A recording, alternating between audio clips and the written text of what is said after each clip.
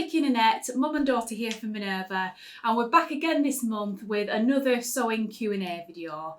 So each month we encourage you to send in your questions to us, and then each month we choose some questions to answer to hopefully help you in your sewing journey and just pass on any tips that we have.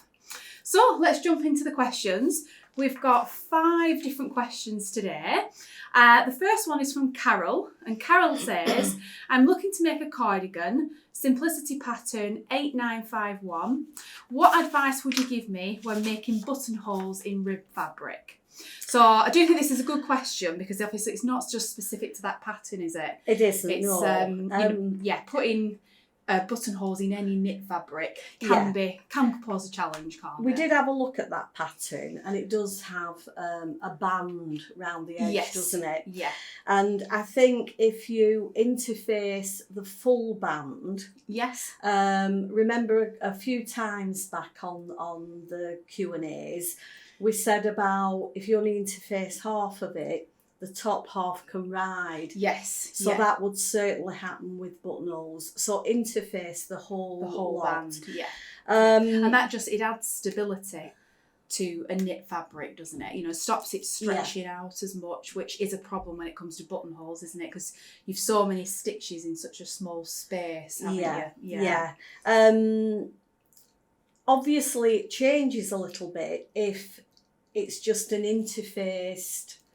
A facing edge. Yeah, rather than a band. Yeah, yes. Because you unless you interface the full front and the facing, you're only really going to be interfacing the facing, aren't you? Yes, yeah. So that then can prove a problem. I suppose you could put a little bit of interfacing behind each buttonhole on the front piece. Yeah.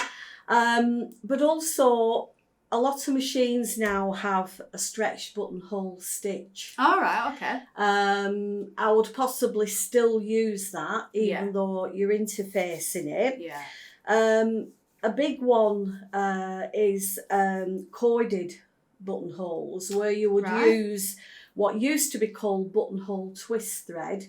Right, but it's now more commonly known as top stitch thread. Yeah. That came about when people were doing hand buttonholes. Yeah. And the corded bit just strengthened them and gave a nice little feature to it. But you can do that on your machine. Okay. Right. So it might just handle the rib knit. Yeah. Yeah. Now, apart from that, you could actually use a different sort of fastener. Yeah. You could sew your buttons on the top, on your right-hand side. Yeah. So you've still got the effect of buttons. Yes. Yeah. And then underneath, you could put a snap fastener. Yeah. Now, snap fasteners have come on such a long way from just the little plain silver or black ones. I mean, these... they're a lovely one, those. From Hemline. They're like a matte black, and they're about 3/4 of an inch across, or about 21 and a half mils. Yeah. You still sew them on, but you can sew them on with like a corded thread or something to make a little feature.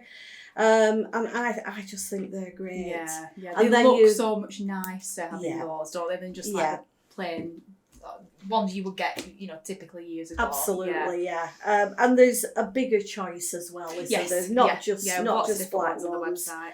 And then also these sewing magnetic buttons. You love now, these, I love them, yeah.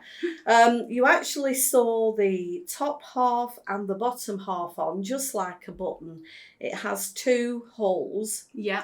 And as I say, just like a button. They're literally just magnetised together, don't they? Yeah. And I think these come in, is it 2 or 3 colours? I think 3 colours now. Yeah. So within reason, you can match up to your fabric. Yeah. And again, you could leave it plain on the outside or put a nice button on. And just use the button decoratively, but with a different type of fastening inside. Yeah. That's right.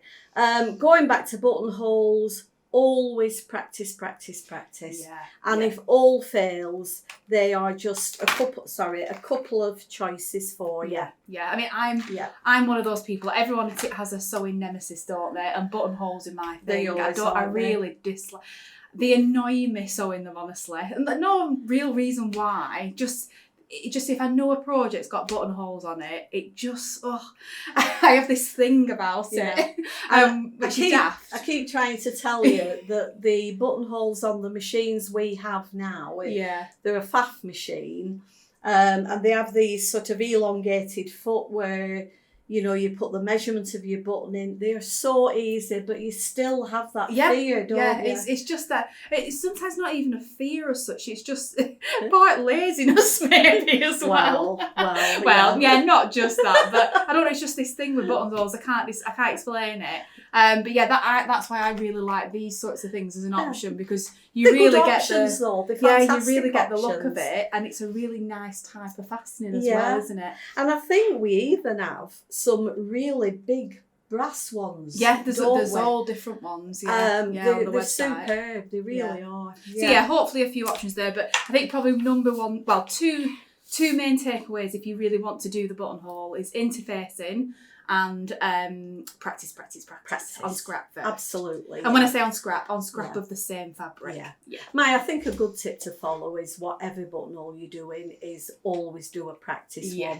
Yeah, absolutely. Just to double check you've got the size of that button right. Yeah, it's last, because it's always one of the last jobs, isn't it? And the last thing you want to do is ruin all that good work, isn't it? There's nothing more frustrating, is there? Absolutely, yeah. So, question number 2. So, Eloise asks, what fabrics would you use for the closet core Charlie caftan? So it's a lovely pattern if you haven't seen this before, and I think it's lovely for this time of year. I do like that front feature. Yeah, it's lovely, isn't it? Because we've quite a few caftan patterns on the site, haven't we? But I do think this is a little bit different because of that front feature. And we'll insert an image now as we're talking about it so you can see all the details. But it's got a lovely V-neck, like a grown-on, quite loose sort of sleeve.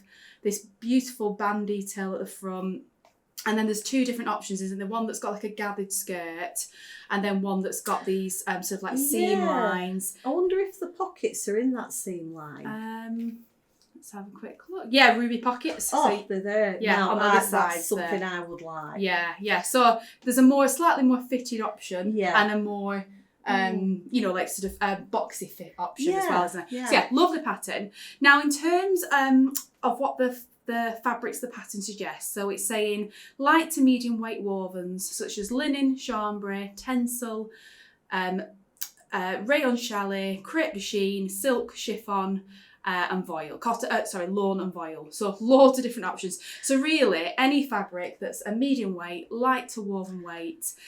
I think some drape is nice for this. Yeah. So there's loads of different fabrics you could choose. Now, I've chosen a few of our Minerva exclusive ones to show you. So I've got 3 different fabrics, and the base cloths of each are all different and would all be equally suitable for this. So this is the first one, which is our Minerva exclusive viscose challis fabric. And you can see the drape on that fabric. It's just got so much movement and fluidity. It's just beautiful, isn't it? Yeah. But at the same time, it's got, it's a good enough weight that means it's not see-through. Yeah, I think this would be better for the gathered version. The gathered version. Yes, I agree, yeah. Because those... It'll gather up really nicely. Yeah, those gathers will look beautiful down the front, won't they? And I thought that print, personally, would be really nice for it. But, we've hundreds of different prints on the site now. So that's my choice number 1. The second one is our cotton sateen. So this is 100% cotton fabric, and it has a sateen weave. So sateen and satin aren't to be confused. It's not a shiny fabric. It just has a sateen weave, which gives it a really lustrous finish. It's beautiful. So because it's cotton, it has a little bit more structure and body than the last one. But it still has that silkiness, like a cotton lawn, but a little bit thicker than cotton lawn. Yeah. So again, it's definitely not see-through, so perfect for a dress. And it's beautiful, isn't it? Yeah, this is our beautiful pause play print, like an animal print design. And I think that would be nice for either. Either, yeah, definitely. You're saying either, and either, I'm saying either. Yeah. And then, And then the third fabric we've got, so this is our linen and viscose blend. It's one of your favourite fabrics, this, isn't it? You just love linen, don't you? I do. So this is 55% linen, 45% viscose. So it has the lovely slubby texture of linen. I mean, it just feels incredible, doesn't it? But the softness that the viscose adds is beautiful. So I think this one, I think you could make in both. I do. But particularly the boxy absolutely one. perfect for that one. So you'd love that combination, yeah. wouldn't you? Yeah. Have you seen how I'm sort of... Yeah, edging that away.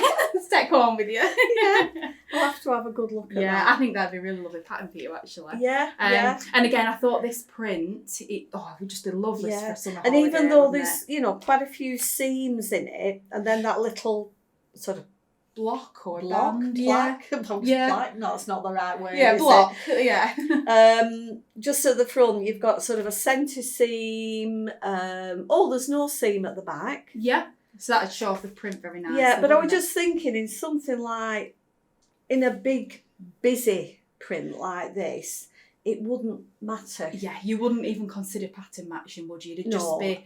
And if you were using a small print like the green one... Yeah. It certainly wouldn't matter in that anyway. No, exactly. Yeah. I think it's with prints like this, with something like this, like you're saying, because it's so busy as well, you don't even need to think about a pattern placement, do you? Never mind pattern matching. You can just place your pieces on and go, can't you? Yeah. Which, I do love a project like that, I must admit. So that's 3 fabric choices, and all 3 of these types of fabric come in all different prints on our website. So if these prints aren't for you, we've loads of different choices. Yeah. Back on there. So, question number 3. So this is from Sandra. And Sandra asks, what threads are best for overlocking? So I think it's a really good question, this, because we often talk about sewing threads, but we always talk about just for general sewing, don't we? Not necessarily always for overlocking. And if you use, like we always recommend Gutterman Sew All, don't we?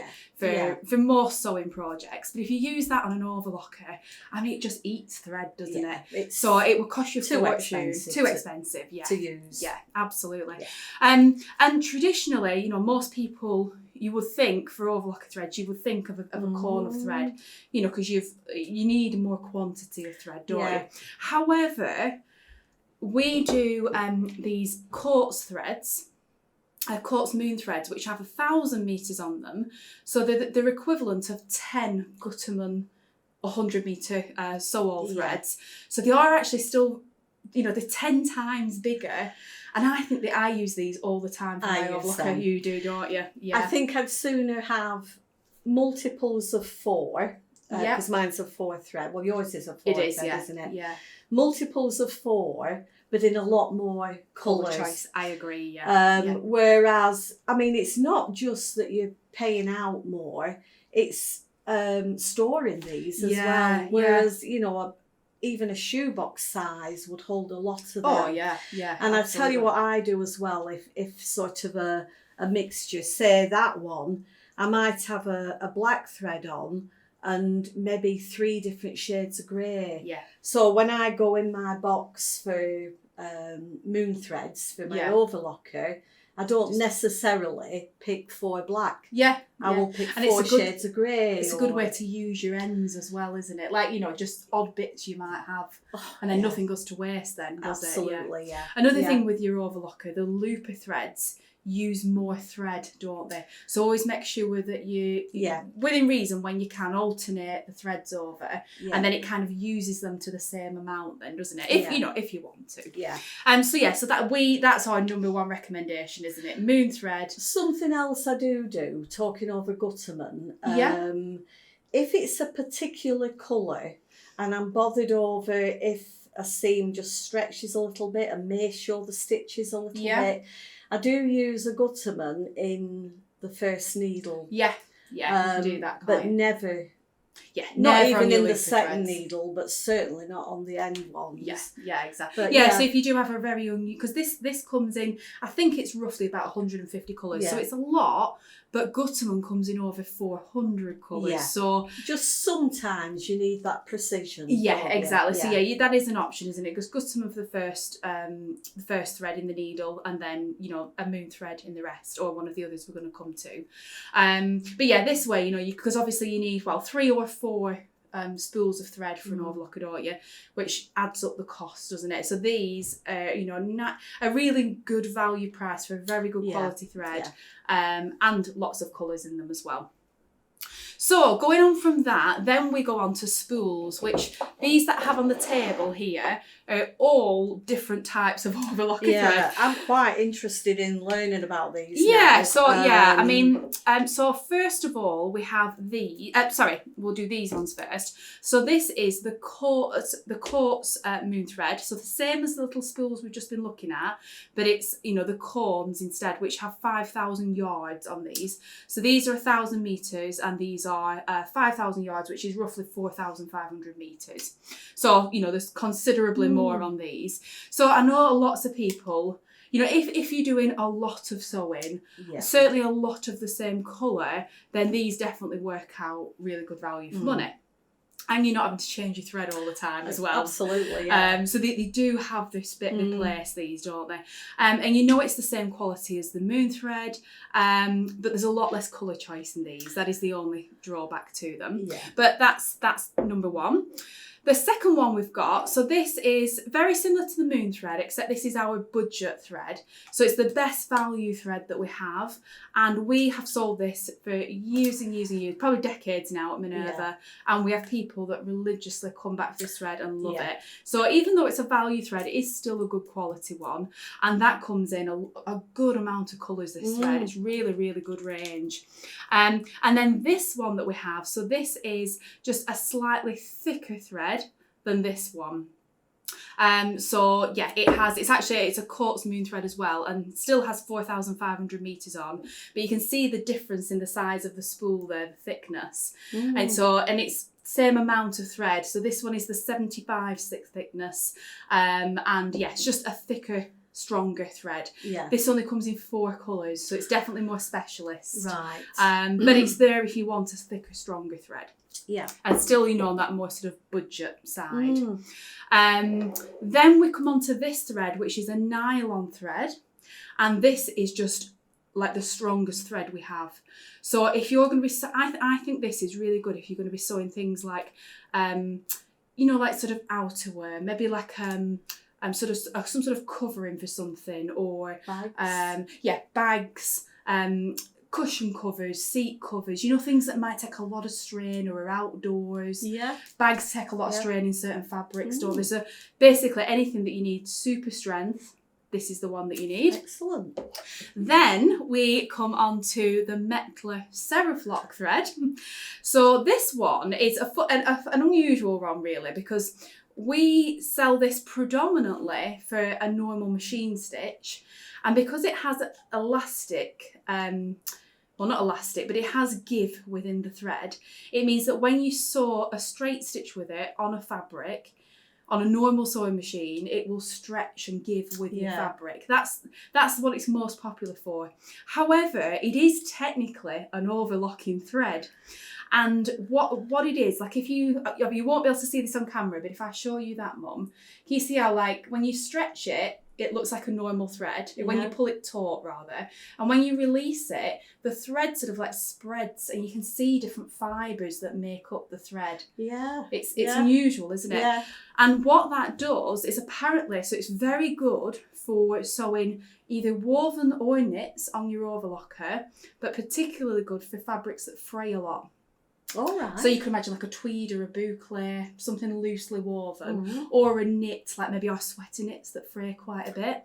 And what it does, because that thread kind of spreads, it means that it traps those in on the looper threads. So it encases those raw bits, like frayed edges, if you will.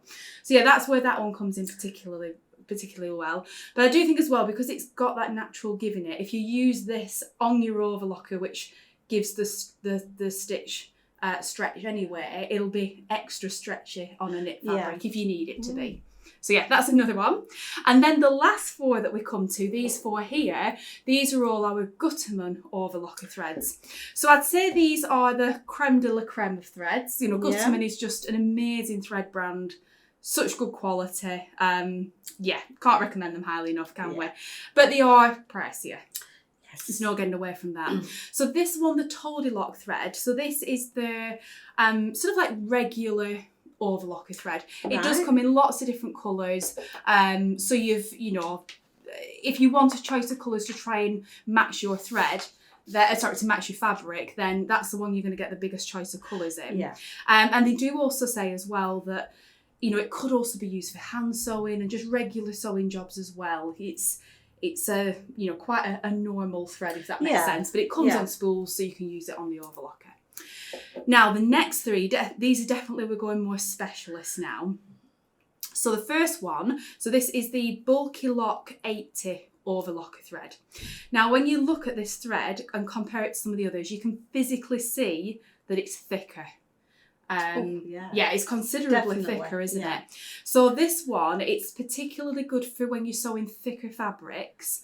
And if you feel that thread, Mum, it feels really soft. I know that maybe sounds, it does, doesn't it? Yeah. I know it sounds maybe a bit odd, but when you feel it in the flesh, it really just, it's almost like floppy and soft, isn't it?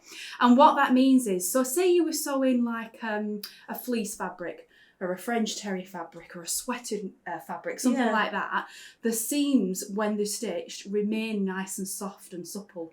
So you've got the strength there. But it's still very strong. Right. Yeah. So I think that's really good, because if you say you were sewing a onesie or something like maybe some cosy pyjamas or something, and you know those seams are going to be next to your skin, it's not going to be irritable the same, is it? So it might be good if you have maybe children or people that have sensory issues. Yeah. That could be really lovely, couldn't it? And just to make it softer next to the skin. Yeah. So I think we're going way more specialist here, aren't we? But it's a good thread to know about, I think. The next one we have, so this is the Gutterman Mini King Overlocker thread. And this one, it's very fine. So it's fine in comparison to some of the others we've looked at, but it is very, very strong. So this one we think it's particularly good for like outerwear or anywhere where you need a fine but very strong seam. Yeah. So you can feel the thickness difference, can't you, and how fine that is. Yeah. Yet you've still got the strength there. Yeah. So that's another good one. And finally, we've now got, so this is the one that's just called Gutterman Overlocking Sewing Thread. So this one, this is the finest of the lot. It is ultra fine. You can barely see it. It's that fine, but it's still very hard wearing. It's not going to be as hard wearing as that last one we looked at. That's like the super, super strong stuff. Yeah. But for how fine it is still, still a strong thread. Yeah. And what this one is particularly good for, because it's so fine, it doesn't leave any impression in the fabric when you press it. So sometimes if you press your overlocker seams, and you can see that impression from the correct side of the fabric of all those stitches, it shouldn't, it should absolutely minimise that as much as possible. So it makes it really good for sewing fine fabrics or, or delicate fabrics as well. Yeah. So, who knew about this world of, overlocking threads? There's so much to, so much to them. But we've 1, 2, 3, 4, 5, 6, 7, 10, I think, different overlocker threads there, which we'll tag all below this video. So if you want to go and have an explore of those and find out a bit more about all of them. Hopefully that was interesting. So the next question we've got is from Lynn, and she asks, what is the best fabric to use for t-shirts? So I thought this is a good question because my instant thought was, well, we both said cotton jersey, didn't we? Yeah. So we've got a sample of that here. Oops. So this is our cotton with elastin jersey. Oops. There we go. And it's beautiful quality, isn't it? Yeah. Now this particular jersey, so this is our Minerva core range. It comes in like a gazillion colours. Really good stretch recovery. That really is nice. Yes. And it's a good weight. So it's not going to be sheer. I mean, the white or the lighter colours, if you were wearing a black bra underneath, I don't think anything really is going to cover that. If you're wearing like a nude or a white bra underneath, you'd be absolutely fine. But yeah, it's beautiful quality, Absolutely, isn't it? yeah. And I think if you're making especially like a fitted, a fitted normal t-shirt, yeah, you want something with good recovery in it, don't you? Absolutely, yeah. And something of that weight is beautiful, isn't it? And it feels so soft. That way as well. Yeah. It's fabulous stuff, isn't it? And we've stocked this for a long time at Minerva. We're always expanding a range of colours, it feels like, doesn't it? There's always new trending colours coming out every season. But yeah, it's one of your best sellers is that one. Now, then you were saying about, but viscose jersey is a good option as well, isn't it? Yeah, especially in my mind, I sort of think of that being the casual look. Yes, I agree. And something like this, not necessarily patterned, plain as well, a little bit more dressy, nighttime. Yeah, still a t-shirt. Yeah, absolutely. Under a blazer with trousers or whatever. Yeah, absolutely. So this particular one is our Minerva exclusive viscose jersey. So this is the Wildflower Fusion print, which is so pretty, isn't it? It's just gorgeous. But like my mum just said then, obviously we could be talking plains. We have plain viscose jersey on the site as well. We have a, Minerva core range, which is just beautiful. But yeah, I thought I'd show this print off because it's just lovely, isn't it? Oh, it's gorgeous, isn't it? And again, stretch recovery on this because this has 8% elastin in this, 92% viscose, 8% elastin. Look at that recovery. Recovery is just amazing, isn't it? Absolutely. And again, both ways as well with that. So yeah, I mean, if we hold that up there, you can see the drape on this, which the cotton jersey doesn't have, with it obviously being cotton. But the viscose one has this fabulous drape. So like you said, it's just going to make a more dressy t-shirt, isn't it? Yeah. Like I like wearing styles that are slightly oversized, like a little bit loose, a bit like what I'm wearing today. Which we haven't spoke about what we have on. Oh no, we'll mention it at the end. So viscose jersey for styles I like wearing. That's the perfect t-shirt or top fabric for me. And I think if you were talking a typical t-shirt where you've just got like little cap sleeves or short sleeves or 3/4 or even long, cotton jersey is absolutely excellent. Yeah. For an evening top or even for a daytime one. Yeah. With this sort of fabric, you could maybe do a flutter sleeve. A flutter sleeve. But still have the fitted bodice part. Well, the Adrienne blouse from Friday Pattern Company, that's a perfect example, isn't it? Big, like full sleeves that gather in, but the bodice bit is fitted and tight. Still like a t-shirt. Yeah. So I mean, viscose jersey for that is just perfect, absolutely, isn't it? And then the third one we wanted to throw in, there's like a bit of a wild card really. So this is our loop back French terry fabric. Now I think a lot of people get mixed up between loop back French terry and fleece back sweatshirt fabric, because a lot of the time, it is confusing because a lot of the time they all get labelled a sweatshirt, but they are very different, aren't they? So a loop back French terry, as the name suggests, has loops on the back of the fabric. So if I hold that out there, so that's obviously the front, the print of the fabric. This again is one of our Minerva exclusive. This one's called Dancing Lights. And on the back of the fabric, again, you probably won't be able to see this on camera, but it's got lots of little loops on the back. Yeah. So sort of weight and thickness wise, it's a little bit thicker than a cotton jersey because of those loops, but it's nowhere near as thick and sort of thick and cosy as like what a sweatshirt, a fleece back sweatshirt fabric would be. That's right. So which that would be too thick for a t-shirt, wouldn't it? But this, it's just going to make a nice thick t-shirt. Yeah. Probably lovely for like autumn, winter time, springtime even. Yeah. And you've got great recovery in this fabric as well. Yeah. Nice and easy to sew with it being predominantly cotton. It's just another option, isn't it? Yeah. And whereas like the cotton jersey and certainly the viscose jersey, were they more just for an ordinary t-shirt? Yeah. this is venturing into sweatshirts as well. Yes, yeah, exactly. Yeah, I mean, if you made a t-shirt with this, it's definitely going to be a heavier t-shirt, isn't it? Like you said, and depending on the style you chose, if you actually chose like a jumper pattern, it's going to be a lighter weight jumper. So it's just somewhere between the two, isn't it? I mean, with the others, obviously, there's millions of things you can make with jersey. Yeah. But you wouldn't really make a sweatshirt, would you? No. So that's why I mentioned that. Yeah, this is definitely for a lightweight sweatshirt. Yeah. It's perfect. Yeah, as absolutely. Well. And just for your standard t-shirt patterns, you know, if you want a warmer, cosier one, because of that recovery. It's a good option. Yeah. Yeah, beautiful. Absolutely. Yeah, so that's that one. So the fifth and final question we've got today. So this one is from the account Great British Sewing Fee.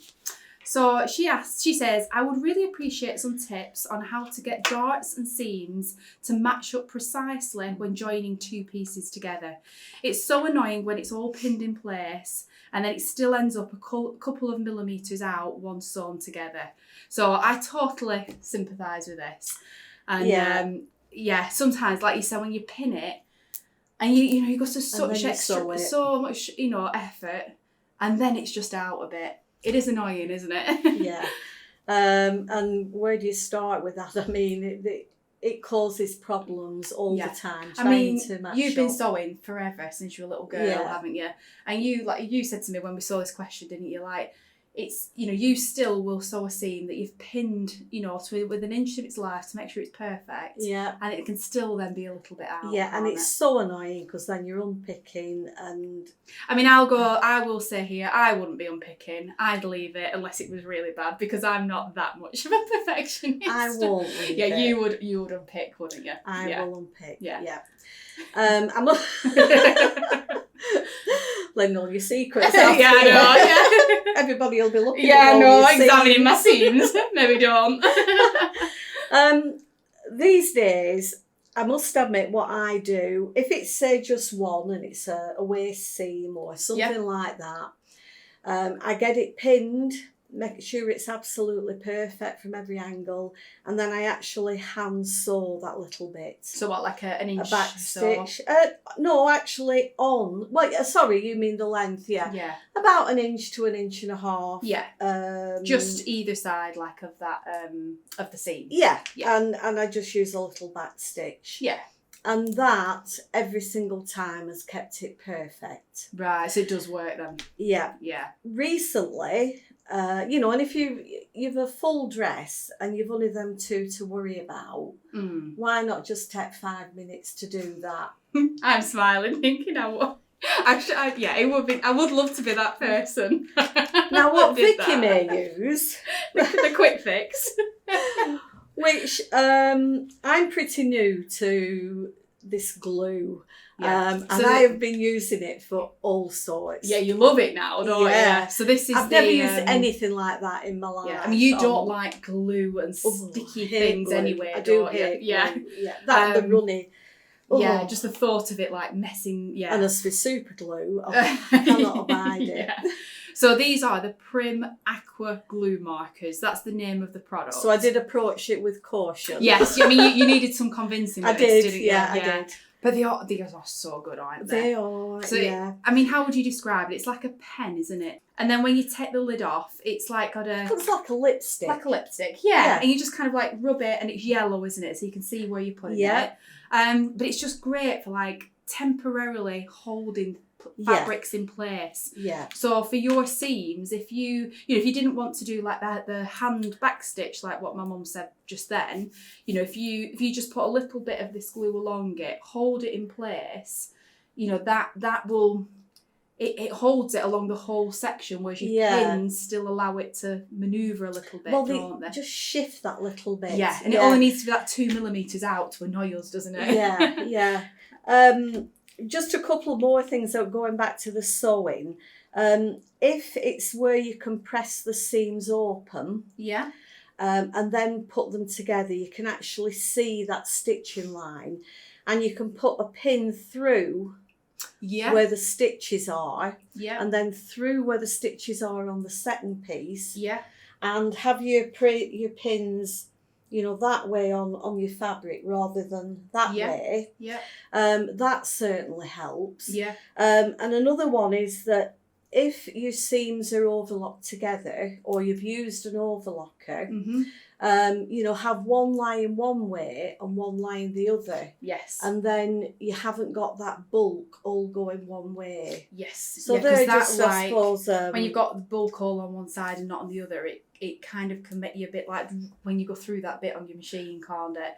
That's because, right, yeah. Your foot's at a bit of a funny angle and then it goes to suddenly nothing very quickly. So it can just shift a little bit, can't it? Yeah. And not make it as easy anywhere. That's right. And just another point on the sewing, when I mentioned overhand sewing, as I said, that's my go-to with that because I now know it works and it only takes a couple of minutes. Yeah. But I don't know if you remember, I made a dress last winter. I wore it at our Christmas do, and it has block stripes of about 2.5 inch. It has a black one, then a multicoloured one, black, multicoloured. And I just thought, I'm going to have to hand sew each of them because they're so prominent. Yeah, it was such a bold stripe, so wasn't bold. It? Yeah. And in the end, I just thought, blow it, I'm going to hand sew the lot. Oh, did you? And right. that night, watching a bit of TV and hand sewing backstitch, probably took me half an hour to do both sides. Yeah. But they were perfect. Yeah, and that's and what they were. I can vouch for that. Yeah, Yeah, perfect. Yeah, I think it was while we're hand sewing, we often build it up as this big thing, don't we? But like you say, half an hour, and you've done it, and you were happy with it, and it was perfect. Yeah, it's just nice to do a bit of hand sewing whilst you're watching telly, and it's a different kind of hobby to sewing where you're in your room, even though my machine and your, they do this hemming stitch and all that. And I'm not that keen on that. If I want a turned up hem that requires a hemming stitch, I will hand stitch it at night. I save that for night time. Yeah. I think it'd be interesting actually. Let us know in the comments. Do you fall in team where you like to do a bit of hand sewing, or in the camp where you really dislike it? I mean, I love a bit of hand sewing. Yeah, you do. Yeah, actually. I do. Yeah. I mean, I can be quite a lazy person sometimes, but I do like a bit of hand sewing. At least you admit. Yeah, I admit it. Yeah, exactly. And sorry, just before we go, following a similar line to the glue, it's a Prim product again, and it's the Wonder Tape. Yes. Now, this is something I've never used. Oh, okay. But you place it on the seam in between, don't you? Yes, yeah. In a way, it kind of does the job of what a glue stick, a pen would do, but it's in a tape. It's almost like double-sided tape, but it's designed for fabric, and it's not going to clog your machine if you sew it over it. And do you iron it on, or does it just stick? Literally stick it on, peel the back off. And that could be the answer. I did a workshop, it's a good few years ago now, and it was about putting zips in.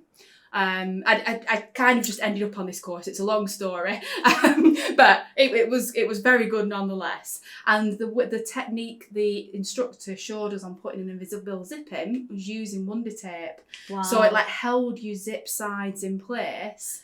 While you stitched over it, and I must admit it was a very good way of inserting an invisible zip. Right. So again, just like the glue pen, like you were saying, there's 1,000,001 uses for it. There is with the Wonder Tape as well. Really, really good stuff. But yeah, I might get one of those. Yeah, it is. I'd really recommend that. It's very good. I've definitely got some of that at home. Very good. So that's all the 5. Oh yeah, and we didn't mention those as well, did we? So yeah, if you like the glue pens, we're forgetting all sorts. I know. Today. If you like the glue pens, they do come with little refill sticks as well, so you don't need to. keep Yes, and that's pens. showing the stick. That is it. I think. But anyway, it's that colour. Yeah, exactly. That's the colour, isn't it? Yeah. So yeah, you can get refills, which is really good as well. So yeah, shall we mention just quickly what we're wearing now? With at the end of the questions. Yeah. So mine is. This is my favourite. I get a bit embarrassed now actually on these videos because I'm always wearing this same pattern. It's the Butterick 5955. I remember it off the top of my head. And this is in our. You're going red. I know, and it's just the simplest pattern in the world, but that's why I love it. It's you can cut it out and make it within an hour or two, and I just love the oversizedness of it. I feel so comfy in it. It does. It always does look nice. So. Yeah, and I just love that it's because it's such a simple pattern. It really shows off the print of the fabric.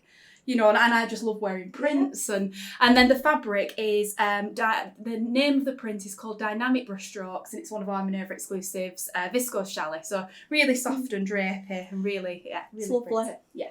Well, this And is yours? the Starlight Pixie dress. Right. Of which this was the second one I made. And I can't think of the name of the fabric. The name of that print is Graphic Floral. I nearly forgot myself then. Graphic Floral. And again, Minerva exclusive viscose chalet. It's a very easy fit. You know me with my middle section. I don't like anything fitted. Yeah. So this just... It just skims over nicely. It skims nicely. I adore the sleeves. I do, yeah. In hot weather, it just, you know, like it's one I always take on holiday. It just flaps around. Yeah. And then what you can't see here is that bit is replicated, but in a bigger way, a longer way on the skirt. Yeah. And it just floats around. Yeah, just adds a bit of something, doesn't it? Yeah. It's not a very long dress, because the first one I made, I actually lengthened the bodice part about 1 inch. All right. And then I lengthened the flounce about 2 inches. So it was a bigger flounce. And it's a perfect length on me. Right. Now this one, I got a bit cocky, as you do. And I knew it fit okay. It was the fit I wanted. So I just cut it out and sewed it up. And this is landing just on my knee. And I am only 5'2". You're only short, aren't you? Yeah. So 5'2" on your knee. Yeah. It's, you know, just beware. It's not a longer length dress, is it? It's definitely more towards the shorter end, isn't it? Yeah. On anybody else, it might be just above your knee then. Exactly. But yeah, I do love it. And the sleeve is my favourite bit on this. Just that little blouse. I think it's really pretty. And I love that it's, I mean, we're both wearing a V-neck. A V-neck, I do. Yeah. Definitely like a V-neck. So yeah, we'll put details to patterns and fabrics and everything that we're wearing below as per usual. But yeah, that's everything this time. I hope those questions and answers were really helpful for you. Hopefully they'll be able to help, you know, lots of people as well as, you know, those that ask them. If you've got, you know, a sewing question that you'd love us to answer, please do leave it in the comments below. We collect them each month. You know, you can leave them in the comments, you can send us an email, you can give us a call, you know, send your questions in any which way. And yeah, we collect those all, and then, you know, we're obviously answering as many as we can each month. But yeah, please do keep sending your questions in, as it fuels these videos every month for us, doesn't it? Yeah. And yeah, we just really enjoy sort of, you know, being able to hopefully help you a little bit in your sewing journey. Yeah, so thank you very much, and we'll see you again next month.